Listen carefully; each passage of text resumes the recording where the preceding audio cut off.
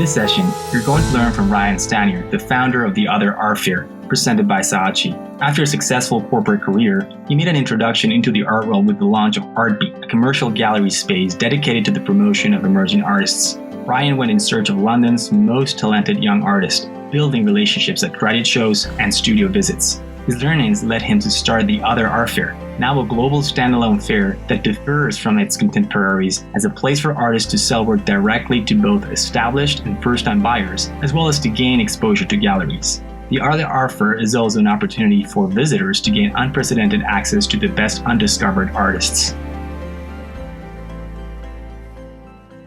I think the first thing that we're looking for, obviously, is like the quality of the work. So you're looking for somebody, and it doesn't really matter what medium you work in, because we work with artists across photography, painting, sculpture, mixed media. I mean, pretty much all mediums, even including performance. So that's probably the first thing you're looking for. A second thing would be, I mean, especially when we're thinking about the fair, something that's really important is almost like the personality of the artist. Even though we're running a fair where ultimately you've got 140 artists, they're taking their own booths. We're also looking for artists that sort of have a personality that would work within the context of a fair. So an artist that's enthusiastic, that's, really passionate about their work. They want to talk about it. They want to meet people. They're trying to progress their careers. Thirdly, I would probably say they need to carry some level of entrepreneurial spirit. And this is the tricky bit, because it doesn't come naturally to most artists or most people, let's say. Okay, so it's more, it's a little bit of maybe I don't want to say it's something you're born with, maybe. I don't quite know. But I think to have some level of entrepreneurial spirit is really key, especially as an emerging artist, in order to sort of help progress your career. And why that's important is that you have to essentially you're a small business, okay, at the beginning. If you don't have a gallery representation or somebody sort of managing your career, you need to sort of be able to identify opportunities for you to show your work, to meet clients, to meet buyers, to meet gallerists, to meet curators. So you have to constantly be looking for opportunities. And if an artist has that, then we're kind of looking for that, because if they have it, then there's a real hunger and they can see what we're trying to do, and then they can fit pretty well within the fair, and it makes it a lot easier for us to be working with them.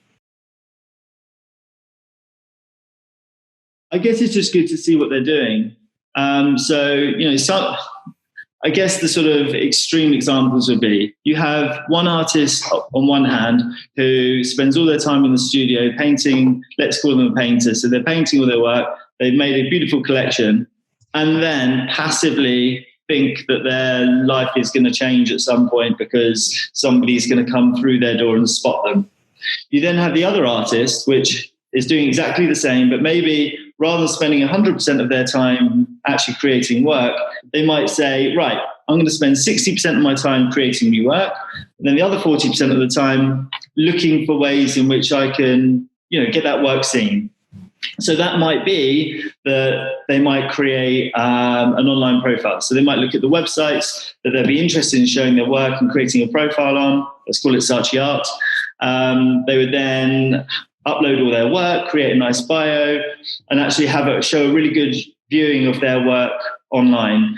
They might also be speaking to property developers and looking for empty spaces around a city, and then putting on their own shows. They might be speaking to other artists in their studio, actually putting together maybe a little group show. They might be quite present on social media. And actually this is an increasingly important area, especially for artists that don't have a representation and they really want to get their work out there. Obviously Instagram is the best place for that. So they'll be dedicating a lot of time to create a personality online through social media. Those types of artists are, I guess, I don't want to say they're easier to work with, but there's more chance, that's the sort of entrepreneurial spirit, I guess, which we're looking for. You don't have to be a genius in business to do any of that. And for many people, it's like the boring aspect of what they do. It's not that interesting to be spending a lot of time on work and uploading images. And often people, including myself, don't often know how to use these programs. But I think for artists that sort of know that that's a really important aspect of their practice, that's what I mean by sort of entrepreneurial spirit. I think it's probably, in that respect, it's more attitude than anything. Right. Even if an artist isn't proactively doing all of that stuff, I think if they're reluctant to do it, then that's going to be a problem.